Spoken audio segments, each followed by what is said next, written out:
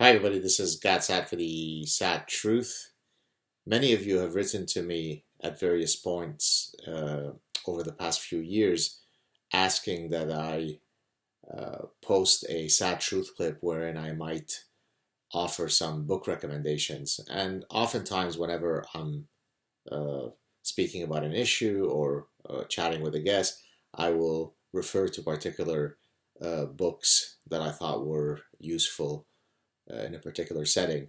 Uh, as many of you know, the book that was undoubtedly the most influential to my eventual scientific career is Homicide by Margot Wilson and Martin Daly, two evolutionary psychologists who wrote a book in the late 80s demonstrating uh, how patterns of criminality are very parsimoniously explained using an evolutionary lens.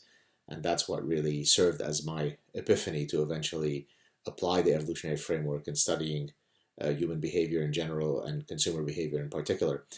But of course, as many of you know, I have another career, so to speak, as a public intellectual where I weigh in against intrusions from anti-science, anti-reason, illiberal movements, which, by the way, that's going to be part of my next book, Death of the West by a Thousand Cuts. At least that's the tentative title of the book, where I go over many of these movements, postmodernism and radical feminism and identity politics and the culture of offense and intersectionality and the social justice warriors and cultural and moral relativism and so on. So in the in my efforts in trying to critique these anti-science movements and also the more general breakdown of the commitment to free speech in general and on campuses, there are really two books that I'd like to give, so to speak, shout outs to, because they were probably the two most influential books for me as I read about the decay of the commitment to science, to reason, and to free speech on campuses. And so the first one I'd like to point to is this one. Unbelievable. I've mentioned, I think, both of these books in previous settings, but I wanted to dedicate a whole show to these two books. Now, I don't know if this is going to come out reversed on the screen. This book right here, let me read it for you.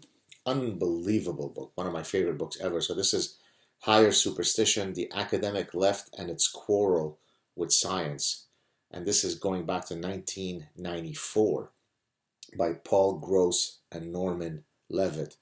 Paul Gross and I are actually Facebook friends. I can't remember if maybe we've communicated once or twice before. I would love to have him on my show, although I'm not sure if at this point in his life he's interested in doing such public engagements. I think he's retired.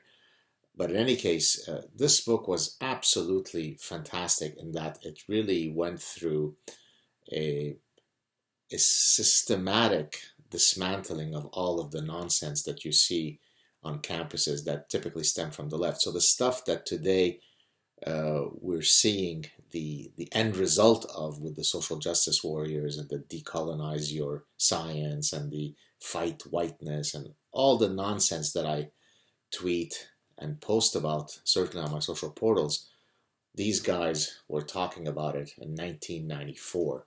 So this is a must. And the other thing that I'll tell you about this incredible book is that the vocabulary is simply unbelievable. I remember when I was reading the book, so this probably is, maybe I was reading it, in the late 90s, perhaps, so almost 20 years ago. I mean, I was heading off to the dictionary on numerous occasions, and I don't have the smallest lexicon in the world, and so I tell you, your lexicon is going to increase exponentially after you finish reading this book. A truly just brilliant book, so highly recommend it. Please check it out. I can't say enough about it. Unbelievable book.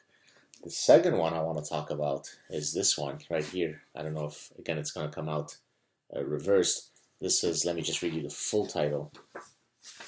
This is The Shadow University, The Betrayal of Liberty on America's Campuses.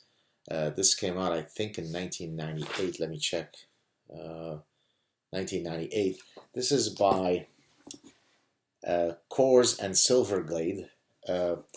Now, Silverglade is and Coors were the guys who started the FIRE organization. FIRE is the Foundation Individual Rights in Education Institute. I hope I got that right. Was it called? The Foundation for Individual Rights in Education, FIRE. Some of you may remember that I had Greg Lukianov on my show, one of my early guests a couple of years ago. Fantastic guy who's now the president of that organization. Well, the guys who founded that organization, now this is an organization that basically goes after universities that trample on